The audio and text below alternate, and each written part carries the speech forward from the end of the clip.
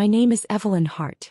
I am 26 years old, and the morning I read his message from Hawaii, something inside me folded and then stood up.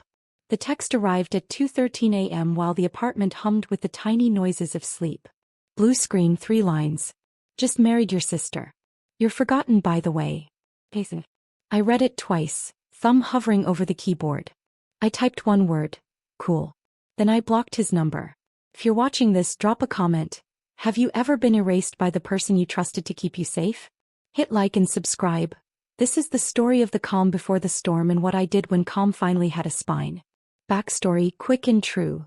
Jason, husband, a contractor with a charming smile and a habit of leaving promises on sticky notes. Maya, my sister, freelance wedding planner who loves the spotlight more than the people in it. Mom, Renee, school cafeteria manager, dutiful, always keeping receipts. Dad, Leon, soft-spoken, keeps the garage and old regrets. Aunt Rosa, retired nurse, my one steady ally, the person who calls me when the house is quiet. They appear in my life like weather systems, sometimes warm, sometimes damaging. After I blocked him, I did the small things no one noticed until they mattered. I called the bank.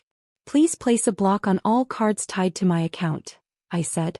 The customer service voice was procedural, kind. We can do that, ma'am. Any unusual transactions to report?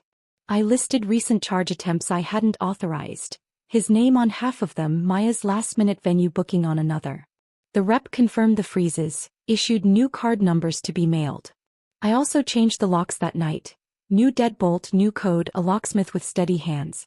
The lock's click felt like punctuation. I left one light on. I told Aunt Rosa I might stay over the next few nights. She said, bring cereal. She always said the practical things that fix things no one else fixed. I didn't announce what I did. I didn't gloat.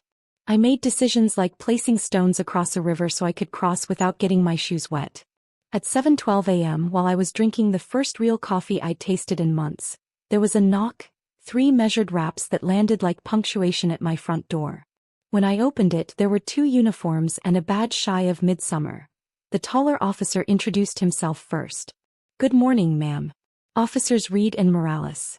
We received a report of a possible domestic disturbance at this address. His voice was polite, professional, not accusatory. The second officer's eyes were kind. They scanned the foyer and the new lock, paused, then asked for my name. I told them, Evelyn Hart.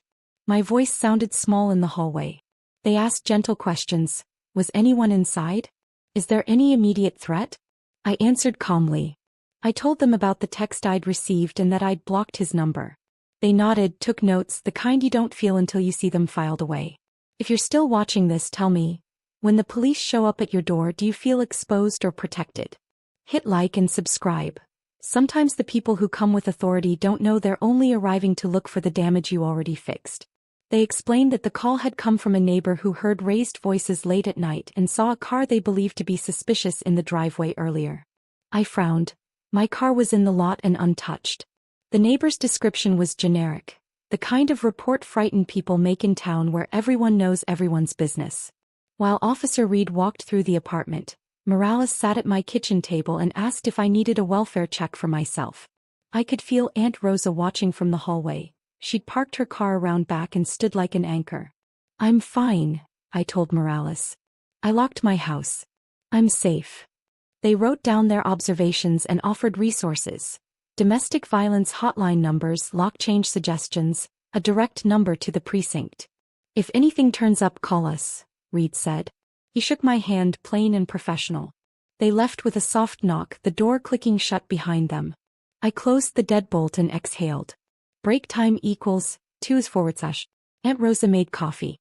We sat at the table like conspirators. What are you going to do? She asked, spoon clinking. I told her the plan, bank locks, done. Change passwords, light the kitchen at night. She nodded, steady. Good. Do not be surprised if they escalate the noise to get an audience. People who are used to performing will always perform. We didn't yet know what escalate would look like. But the day was still young and my phone buzzed with a notification. A charge attempt on one of the frozen cards. Attempted withdrawal at 6:50 a.m. from an ATM 3 blocks away. Someone had tried to use a card that should have been blocked. When the bank emailed me the attempted charge alert, I felt something cold and patient settle in my chest. The timestamp matched the time the neighbor reported suspicious activity. I called the bank back, asked for the detailed logs. The representative reluctantly provided a trace, an attempted withdrawal, an IP ping from a device registered in our town, and a location description that matched a particular block near my sister's apartment. I didn't call Riley or Jason. I wrote things down. Names, dates, times, transaction IDs. People tend to trip on the things they think are small and forget the way they left their footprints. If you're with me, tell me in the comments. Do you document when the people you love hurt you? Hit like and subscribe. You'd be amazed how often a spreadsheet becomes the difference between being dismissed and being believed. I made a ledger. Not vindictive, just useful. Column 1, date. Column 2, description. Column 3, evidence. Column 4, notes. I logged the card freeze, the attempted ATM withdrawal, the message from Jason, the bank's confirmation of new card numbers, and the time the locksmith replaced the deadbolt. I wrote a note in the ledger next to the attempted withdrawal. Notify police if future attempts occur. It felt strangely adult, like stapling the corners of a messy life into a folder that required no emotion to read. Later that afternoon, I drove to my sister's neighborhood under the pretense of picking up a dress I'd left there. From the corner I watched her building. She waved at a neighbor and smiled, hair still wet from some salon delight. Maya looked untroubled, luminous in the afternoon. Jason's truck, an old white Ford, sat in the lot, dust still on the hood. The laundry of a normal life. The ledger made me practical. I called a lawyer's office for an initial consultation, just to ask in neutral language what steps one takes to protect assets and safety when a spouse or relative violates access. The lawyer's voice was blunt in the best way. Document everything, cease any automatic transfers, inform the card issuers formally, consider a restraining order if the attempts continue. I didn't like the word restraining. It sounded like a defeat and like a shield at once. I kept writing anyway. That night, as I archived the day's entries, my phone buzzed with a video message forwarded by an unknown number.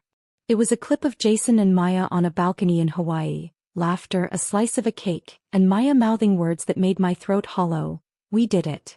The file's metadata included a tag, sent to Evelyn blocked. I swallowed hard, closed the laptop, and decided how quickly a quiet person could become public. At 11:59 p.m., a knock came on my door that pulled the floor out of me. 3 short raps, deliberate that I open the door a crack. No officers this time. Just a neighborhood watch volunteer with a crimson badge and a voice tight with apology. "Ma'am, someone left this on your stoop," he said, handing me a folded note and a plastic-wrapped envelope. He wouldn't meet my eyes. They said we should deliver it. People were upset. Inside the envelope, a stack of glossy photos, Jason and Maya, tropical backdrop, champagne, the same slice of cake. But the worst of all was the printout of a bank screen with a partial card number and a highlighted, successful attempt stamp. The date on the printout matched the day my cards were supposedly frozen, with a timestamp 3 hours later. I felt a slow burn of fury, not immediate panic. The ledger had prepared me for proof. I called the bank's fraud desk, gave them the printouts, and demanded a thorough investigation. They opened a case and assigned an investigator. If you're watching, answer me this. When someone weaponizes paper, do you respond with paper or with people? Hit like and subscribe, because this is where I recruit allies. I texted Aunt Rosa. "Can you come over? Bring Grandma May if she wants." Her reply was instant: "On my way. Parking at your building." She arrived with her handbag and the kind of stare that used to hush babies. We sat at the kitchen table and spread the photos flat like evidence on a coroner's slab. The photos were blurred in places where someone had tried to crop faces, but the hands were clear. Jason's ring finger unadorned, Maya's wristband from a resort spa. One image had the back of a bank receipt with the last 4 digits of my old card. Digits I still recognized from past receipts. Someone had used my number somewhere it shouldn't be used. Aunt Rosa's voice was steady. "They'll try to make you the unstable one, Evie. Keep records. Let the bank do its job. And call the police non-emergency line. File a report." She said it like a recipe. I called. The desk sergeant took the information and gave me an incident number. "If anyone shows up, call 911, he said. "If there are further attempts, bring them in." We organized the photos, logged them into the ledger. We printed copies and sealed them in an envelope marked fraud. At 1:42 a.m., I set my phone to record for the night. I didn't think I'd use it, but I knew better than to hope for civility from people who'd learned to be performative. At 5:14 a.m., a text slipped through from an unknown number. Stop making trouble. This ends now. The sender ID was spoofed, but the tone had a line I recognized. A rerun of the threats I'd heard behind closed doors. I put the phone down, looked at Aunt Rosa, and felt the edges of the fight I would have to pick. It wasn't dramatic. It wasn't cinematic. It needed patience and paper and people who wouldn't leave when it got boring. By 8:30 a.m., a car pulled up outside my building that I'd last seen at Maya's apartment, Jason's truck. Jason stepped out, sunglasses, the easy grin of a man who expects the world to rearrange for him. He waved at no one and walked to my front door like he owned the steps. I met him on the landing. "You need to stop," I said. Not yelling. Not pleading. Just a sentence like a brick placed on a table. "Do not come to my building." He laughed because that's what he does when power meets accountability. "Eve. Come on. We need to talk." He tried to reach for my arm. I stepped back. He blinked at the deadbolt, then at the new keypad by the door. "New locks," I said. "You don't have access." His grin shrank. His jaw worked.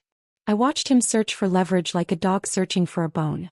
If you're watching this, have you ever stood your ground and watched someone try to bargain with the air? Drop a comment. Subscribe if you need a map for how to be small and insist on not being stepped on. From the corner, Maya appeared, breathless, eyes glossy but not raw.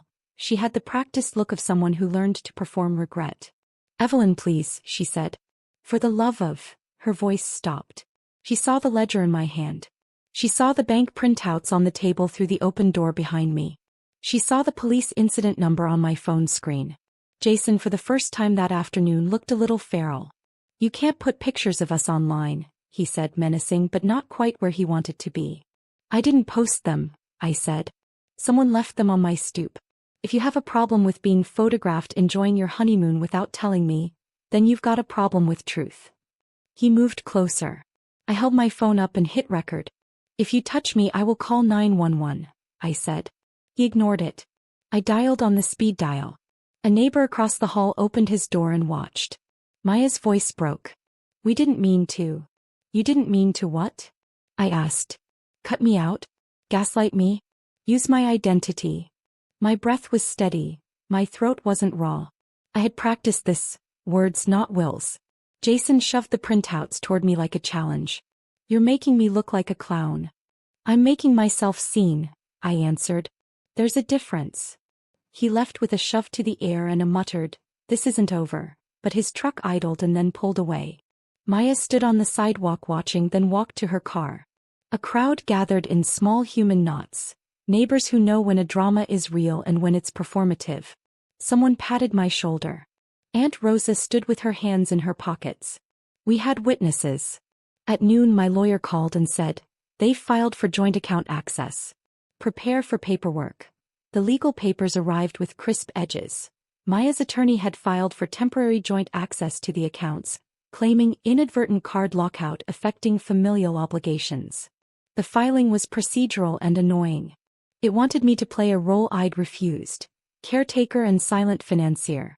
I sat in my kitchen and read the summons like a recipe I had never wanted to cook. My lawyer, someone Aunt Rosa had used once for a parking ticket, said, "We'll file a response. You have the logs, the bank's freeze confirmation, the attempted withdrawal evidence, and the police incident number. The trier of fact wants documents. You have them. If you're watching, tell me, have you ever had to defend your piece in courtrooms of paper and not people? Like and subscribe, because this is where bureaucracy becomes a battlefield." I prepared a response packet. Bank logs, ATM attempt screenshots, copies of the text from Jason, the photos left on my stoop, and the ledger, neatly tabbed. I also included a sworn statement from Aunt Rosa, who described the pattern of Jason's financial behavior and Maya's professional dealings that overlapped with my accounts. Then I did something else. I went to the bank and asked for a meeting with the fraud department head. I laid out the evidence in person, hard copies, sharp corners. Her brows lifted, and in the way people in compliance speak when they take things seriously, she said, "We will run a forensic audit." That phrase felt like a guard being lowered. Back home, I taped a printed copy of the incident number and a short note on my front door. Notice: fraud investigation in progress. Please direct all inquiries to investigator. It read like a sign for privacy and for people who would have previously flung themselves into my life to rearrange my boundaries. The courtroom of forms moves slowly. While filings circulated and emails pinged, life kept being made. Aunt Rosa brought over a casserole. Grandma May called to ask about the price of warm socks. The small daily things became the scaffolding I used to carry bigger things. That night I went online and found a marriage certificate. An image posted to a social account with names spelled plainly. The metadata showed a location, not the one Jason claimed as proof of new vows. My stomach tightened. It's odd to feel betrayed by both the content and the context of someone's life. Break time equals 2/. At 2 a.m. as I checked my email there was an alert. Forensic audit scheduled for Tuesday at 9 a.m. The bank's email concluded, "Thank you for your vigilance, Ms. Hart. We will contact you upon completion."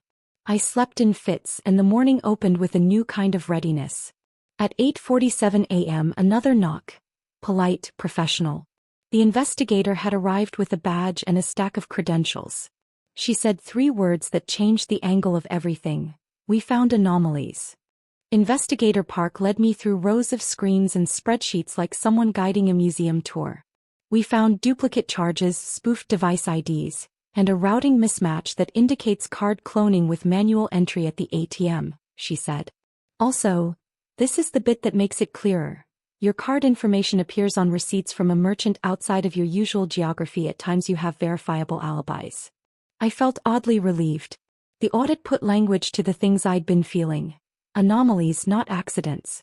Investigator Park took my ledger and nodded. "You documented well," she said. "If you're here, leave a comment. Have you ever let evidence do the heavy lifting for you? Hit like and subscribe. Sometimes the facts are louder than fury." Park explained that the bank would suspend any motions for joint access until the forensic audit completed its review. She also advised lodging a formal complaint against any parties who had used my card information. She gave me a timeline and promised updates. Word spread in bureaucratic whispers. Maya called to request a meeting. I paused before answering. Aunt Rosa said, "Let the bank call her first. Let them be the ones who tell her she's in an audit." The next day Maya arrived at my building with apologies in her eyes and a stack of envelopes. "Evie, I don't know. This got out of hand," she said. "I'm sorry if I hurt you." Her voice trembled. I watched her hands clench and unclench. "I thought Jason was mine. I didn't think of you. If you've ever had someone apologize and you needed them to be specific, type yes and subscribe. Specificity is a currency. Name the things," I said. "Tell me what you did, where and when. Not perform, regret, detail." She blinked, swallowed, then spoke the sequence. Cards run in an ATM at 6:50. A printed receipt photographed her posting of the Hawaiian photos to certain accounts. She said the words and they landed like keys being returned. I asked for restitution in the form of cooperation with the audit, payment for the administrative fees the bank charged to my account before the freeze, and a public correction on the channels where the marriage announcement had been made. She agreed, voice small. She said she wanted to fix it. Park called 2 days later. Cloning devices were used. The chain points back to an account with subscriptions paid from a card registered to Maya's business vendor. "We need her cooperation to subpoena." Maya looked at me and nodded, exhausted. She picked up her phone and handed it to the investigator. Break time equals 2/. That evening the town felt like a room rearranged. People noticed the quiet, that silent rearrangement when someone refuses to be invisible. I cooked dinner with Aunt Rosa. We ate in the glow of a single lamp and toasted to small things: documentation, detective work, and the fact that the heater was still on. The bank's final email landed at midnight. "We are crediting unauthorized charges back to the impacted accounts pending final audit. We apologize for the inconvenience." It was not closure. It was a turning point. And the next morning a new message appeared in my inbox. This one from the woman I used to call my sister, with the subject, "Can we talk in person?" We met in a small conference room at the bank. Investigator Park, my lawyer Maya, and I sat at the long table. Maya's attorney hovered near the door. The air smelled of coffee and institutional power. Maya's hands trembled as Park explained the findings: card cloning, irregular vendor payments, and a clear link between some unauthorized charges and transactions posted to accounts associated with a vendor used by Maya's company. Maya began to cry. I didn't gloat. I listened. She told the story. A man Jason knew, an ill-advised shortcut on a business trip, a bad choice, panicked edits, and then the cowardice of hiding behind a bride and groom performance. She said she'd been ashamed, complicit, and frightened of losing the life she'd been building without asking whose life she was building over. If you're still watching this, drop a comment. Have you ever had to unmake a quiet betrayal? Like and subscribe if you want more stories about repair and accountability. Park outlined the terms. Full cooperation with subpoenas, repayment schedule for the unauthorized charges, a public correction to the post announcing the marriage, and mandatory attendance at a financial ethics workshop for Maya's team. In exchange, the bank would not pursue criminal charges right away, but it retained that right if cooperation faltered. Maya agreed on the record. She asked me to say what would heal her in my eyes. I thought of Grandma May's simple rules. Say the words and then show the work. You will correct the record publicly, I said slowly. You will repay what you can now and the rest according to an auditable schedule. You will enroll in the workshop and send me proof of attendance. And you will not contact Jason again until this is fully resolved. I added, and apologized to the neighbors who received pictures and forged receipts. She nodded, voice thin. I will. When we left the bank, the sky was raw and honest. There were no fireworks. There was only sunlight on the pavement, which felt like an ordinary mercy. At home that night, Aunt Rosa made tea. Grandma May, quiet in a blanket, smiled and said, sometimes family learns to be a house, not a performance. I thought of Jason sitting on a faraway balcony. I thought of the voicemail he left earlier that week. Angry, then pleading, then blank. He had texted a dozen times after being blocked, but none of those messages had found a long-term home in my phone. Before I slept, I wrote in my ledger one last line for that chapter. Boundaries enforced. Evidence filed. Safety intact. If you're still watching, I'll end as I began. Ask yourself. When someone tells you you're forgotten, what do you choose to build with the silence you keep? Drop your story below. I closed the ledger, turned the lock twice. One for me, one for the rooms I would not let be used as props, and whispered into the dark. She locked the door for good.